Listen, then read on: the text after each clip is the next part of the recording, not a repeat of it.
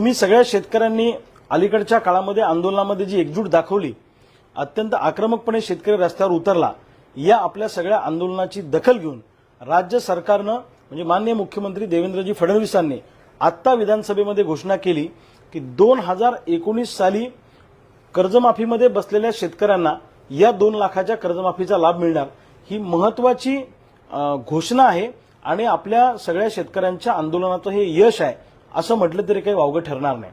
कारण पहिल्या अहिल्यादेवी होळकर कर्जमाफी योजनेमध्ये सरकारनं ही अट घातली होती की 2019 साली ज्या शेतकऱ्यांना कर्जमाफी मिळाली त्यांना फक्त आम्ही 50,000 रुपये देऊ किंवा वरचे पैसे भरले तर। पण सातत्यानं जी आपण आंदोलनं केली, आपण रस्त्यावर उतरलो, गावागावात फसव्या जीआरची आपण राज्यभर होळी केली, ठिकठिकाणी लोकांनी निवेदनं दिले, कुठे धरणं आंदोलन झाली। मी स्वतः अन्नत्याग आंदोलनाला माझ्या निवासस्थानासमोर 5 दिवस अन्नत्याग केला, बेमुदत माझी तब्येत खालावली।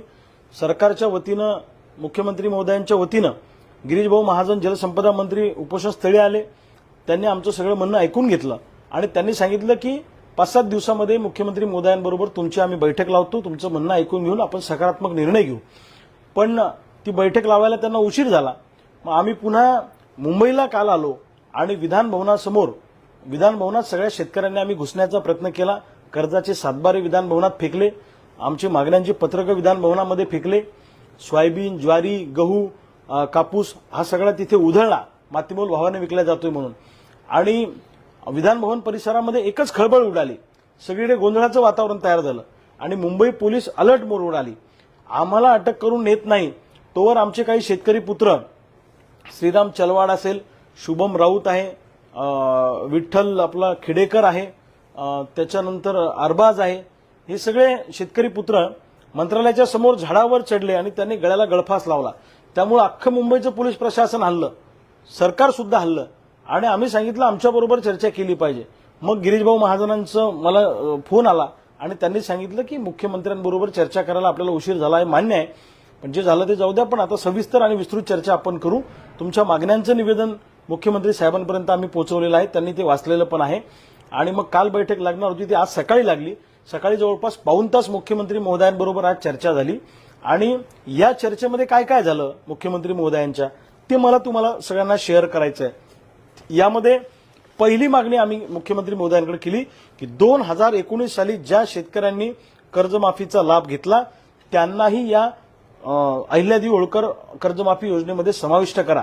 50,000 रुपये देऊन फायदा नाही, तर जी काय रक्कम आपण ठरवतो त्याच्यात त्यांनाही घाला। तर ही मागणी आता विधानसभेमध्ये त्यांनी मान्य केली। सकाळी त्यांनी सांगितलं होतं की तुमच्या ज्या काही अटी शर्तीच्या तुम्ही काढून टाकायचं सांगितलेलं आहे, त्यातल्या ज्या रास्त वाटतात त्या आम्ही काढून टाकू, त्याच्यावर आम्ही लगेचच बसणार आहोत। आणि एक अट त्यांनी सगळ्यात पहिली मान्य केली, 2019च्या कर्जमाफीमध्ये बसणाऱ्या शेतकऱ्यांना या कर्जमाफीमध्ये घेतलं, त्यामुळे ते आपल्या लढ्याचं यश आहे हे मला तुम्हाला सांगायचं आहे। दुसऱ्या बाजूला पीक विमा योजनेतील शेतकरी विरोधी जाचक अटी रद्द करून 1 रुपयामध्ये पीक विमा योजना पुन्हा सुरू करा, ही पण मागणी आम्ही आज त्यांच्याकडे रेटून धरली। तर त्या संदर्भात ते म्हणाले आम्ही सकारात्मक आहे, सगळ्यांची चर्चा करून काहीतरी चांगला निर्णय त्याच्यामध्ये घेऊ। आणि दुसरा जो निर्णय आज देवेंद्र फडणवीस साहेबांनी विधानसभेमध्ये घोषणा केली की रेग्युलर कर्ज भरणारे जे शेतकरी आहेत त्यांना 26-27 ची अट होती, तर ती अट रद्द करून 3 वर्षातले कोणतेही 2 वर्ष तुम्ही रेग्युलर भरलं तर तुम्हाला 50,000 रुपये देऊ असं त्यांनी सांगितलं। पण मला मुख्यमंत्री महोदयांना सांगायचं आहे की रेग्युलर कर्ज भरणाऱ्यांना 50,000 रुपये प्रोत्साहनपर अनुदान कमी होईल, त्यांना किमान 1.5 लाख रुपये अनुदान मिळालं पाहिजे अशी आमच्या सगळ्या शेतकऱ्यांची मागणी आहे। नाहीतर काय होईल, त्याच्यामध्ये 2 गोष्टी होतील, म्हणजे कर्ज थकवणाऱ्याला कर्जमाफी मिळते आणि रेग्युलर भरणाऱ्यांना वाटेल आम्ही काय पाप केलं, आम्ही पण थकू। म्हणून त्या शेतकऱ्यांना 50,000हून 1.5 लाखापर्यंत कर्जमुक्ती मिळाली पाहिजे अशी मागणी आज आम्ही त्या ठिकाणी लावून धरली। पण त्या संदर्भातला निर्णय अजून घेतलेला नाहीये। 100% लढाई आपण जिंकलो नाही, पण काही अंशी लढाईला यश आपल्याला मिळालेलं आहे। अर्ध्या हळकुणानं पिवळा होणाऱ्यातला मी अजिबात कार्यकर्ता नाहीये। शांतपणानं हा लढा पुन्हा चालू ठेवावा लागेल।